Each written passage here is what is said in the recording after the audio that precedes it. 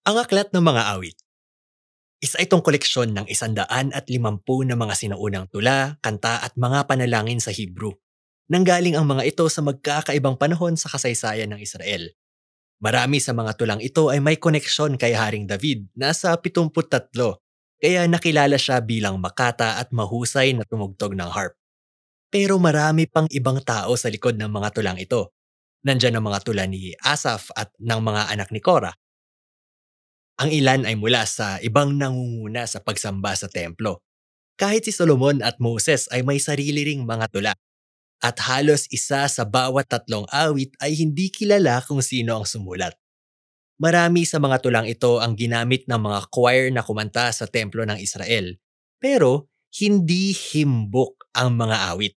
Sa isang punto pagkatapos ng pagkabihag ng Israel sa Babylonia, pinagsama-sama ang mga sinaunang tulang ito at sinadyang inayos at naging aklat ng mga awit sa mga Biblia natin ngayon. Mayroon din itong natatanging disenyo at mensahe na hindi mo mapapansin kung hindi mo ito babasahin mula sa simula hanggang sa katapusan. Para makita ang disenyo ng aklat ng mga awit, mabuting magsimula sa huli. Nagtapos ang libro sa 5 tula ng papuri sa Diyos ng Israel. Ang bawat isa ay nagsisimula at nagtatapos sa salitang Hallelujah, salitang Hebrew na nag-uutos sa isang grupo ng mga tao na purihin si Yah, pinaikling pangalan ng Diyos na si Yahweh. Talagang napakahusay ng pagkakaayos sa 5 bahaging ito at parang binibigay sa atin ang konklusyon ng libro. Kaya mapapaisip ka, mayroon kayang iba pang palatandaan na sinadya ang disenyo ng libro? Kung titingnan mo mabuti ang mga pamagat ng mga tula, mapapansin mo na sa 5 lugar sa libro, ang mga nagsalin ng Biblia ay naglagay ng pamagat na Aklat 1, Aklat 2, Aklat 3, 4 at 5 sa magkakaibang lugar. Hinahati ng mga ito ang libro sa 5 malalaking seksyon. Inilagay ito para ipakita na ang mga panghuling tula sa mga seksyon na ito ay may magkakaparehong wakas. Parang sinadyang idagdag ng isang editor. Ganito ang nakasulat. Purihin ang Panginoon, ang Diyos ng Israel, magpakailanman. Amen at amen. Ngayon, malinaw na may konklusyon ang libro. Inayos ang nilalaman nito sa 5 pangunahing seksyon. Kaya natural lang na mula dito ay pumunta tayo sa unahan ng libro at tingnan ang panimula. At ano ang makikita natin? Ang mga awit 1 at 2 ay nasa labas ng Aklat 1 kasi karamihan sa mga tula sa Aklat 1 ay may kaugnayan kay David, maliban sa mga awit 1 at 2 na hindi kilala kung sino ang sumulat. Sa awit 1, pinagdiriwang ang buhay ng isang taong pinagpala dahil inaaral niya ang Torah. Hindi niya lang ito binabasa ng may pagsamba araw at gabi. Sinusunod pa niya ito. Ang ibig sabihin ng salitang Torah ay katuruan, pero tinutukoy din nito ang 5 aklat ni Moses sa simula ng Lumang Tipan. At sa katunayan, ginagamit dito ang salitang ito sa parehong kahulugan.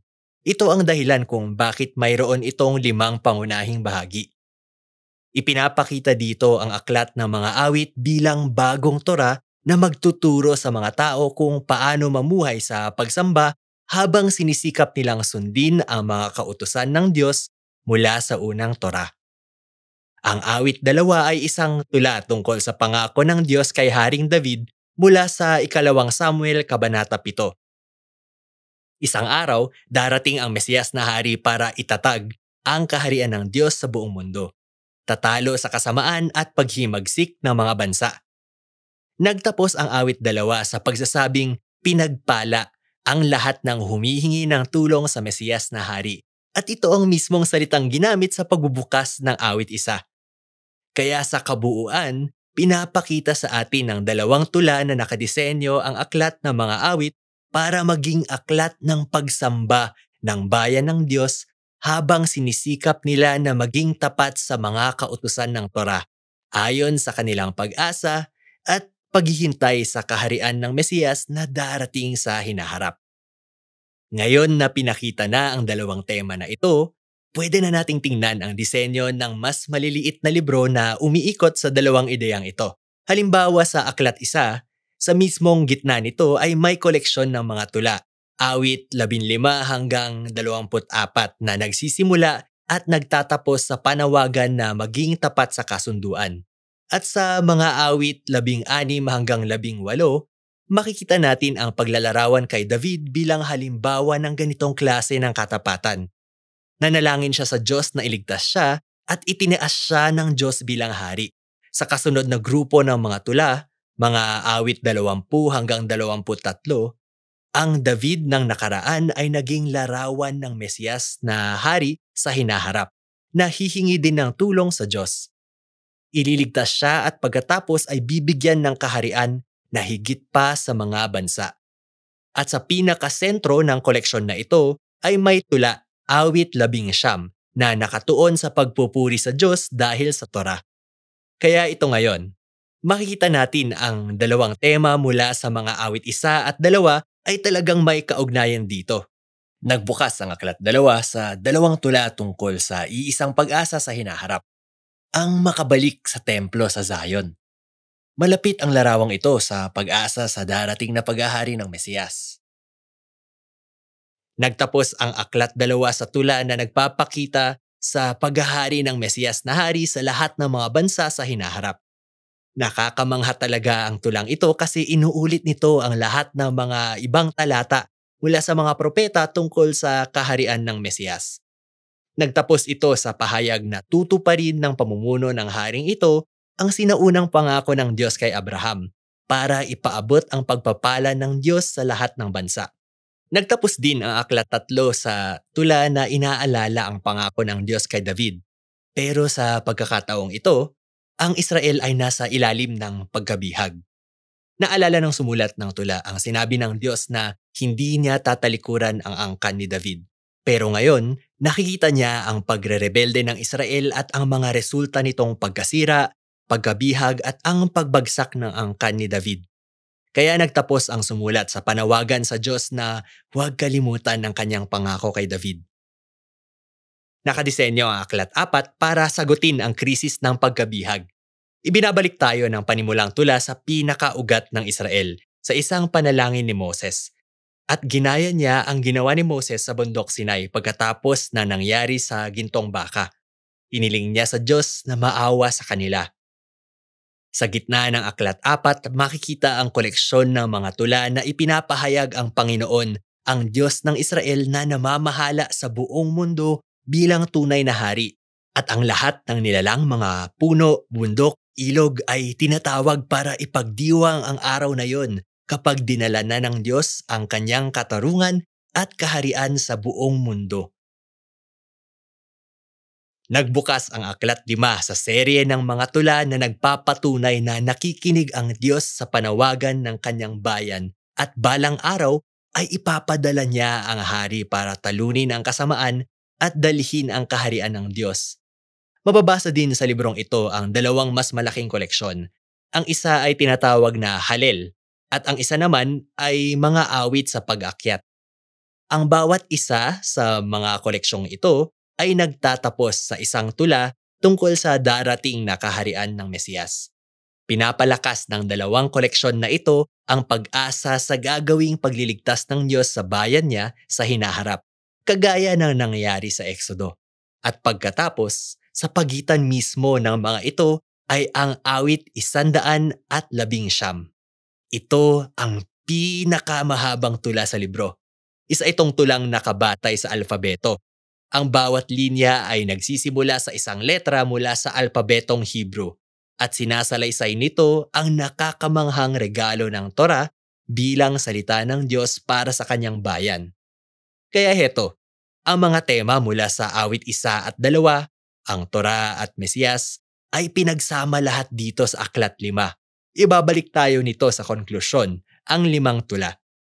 Sa gitnang tula, awit 148, tinatawag ang lahat ng nilikha na purihin ang Diyos ng Israel kasi itinaas niya ang sungay para sa kanyang bayan. Ang sungay dito ay isang paglalarawan, parang sungay ng toro na nakataas, bilang pagpapakita ng tagumpay. At ang larawang ito ay bumabalik sa parehong imahe na ginamit sa awit ni Ana sa unang Samuel, Kabanata 2. At ganun din sa naunang awit 132. Ang sungay ay simbolo para sa Mesiyas na hari sa hinaharap at ang kanyang tagumpay laban sa kasamaan. Tamang-tama ang konklusyon na ito para sa kamangha-manghang aklat na ito. Ito pa ang isang bagay na pwedeng hindi mo mapansin kung hindi mo babasahin ang aklat na ito ayon sa ayos. Maraming magkakaibang uri ng tula sa aklat ng mga awit. Pero lahat ng ito ay naaayon sa dalawang malalaking kategorya. Pwedeng tula ng panaghoy o tula ng papuri. Ang mga tula ng panaghoy ay nagpapahayag ng sakit, pagkalito at galit tungkol sa napakasamang mundo at ang masasamang bagay na nararanasan ng sumulat ng tula. Kaya nakatuon ang mga tulang ito sa mga problema sa mundo at hinihiling ng mga ito sa Diyos na kumilos siya laban sa mga ito. Marami ang ganito sa libro na nagsasabi sa atin ng mahalagang bagay. Ang panaghoy ang naaangkop na tugon sa kasamaang nakikita natin sa ating mundo. Pero mapapansin mo na nangingibabaw ang mga tulang panaghoy sa simula ng libro sa mga aklat 1 hanggang 3. Pero tingnan mo mabuti kasi makakakita ka rin minsan ng mga tula ng papuri. Ang mga tula ng papuri ay mga tula ng pagsasaya at pagdiriwang at nakatuon ang mga ito sa mabuti sa mundo at muling isinasalaysay ng mga ito ang mga kwento tungkol sa ginawa ng Diyos sa ating buhay. Kaya nagpapasalamat tayo sa Diyos dahil sa mga ito. Sa mga aklat 4 at 5, mapapansin mo na mas madami ang tula ng papuri kaysa sa mga tula ng panaghoy. At magtatapos ang lahat sa 5 bahaging konklusyon ng Hallelujah. Ang paglilipat na ito mula sa panaghoy tungo sa papuri ay malalim at pinapakita nito sa atin ang isang bagay tungkol sa katangian ng panalangin. Habang umaasa tayo sa kaharian ng Mesiyas, tulad ng itinuturo sa atin ng aklat, lilikha ito ng krisis sa atin kapag titingnan natin ang kalunos-lunos na katayuan ng ating mundo at buhay. Kaya tinuturuan tayo ng mga awit na huwag ipawalang bahala ang mga pasakit sa ating buhay. Pero kasabay nito ay tumanaw tayo sa hinaharap gamit ang pananampalataya natin sa Biblia. Umasa tayo sa pangako ng Diyos na kaharian ng Mesiyas sa hinaharap. Kaya ang Torah at ang Mesiyas, panaghoy at papuri, pananampalataya at pag-asa, tungkol dyan ang aklat ng mga awit.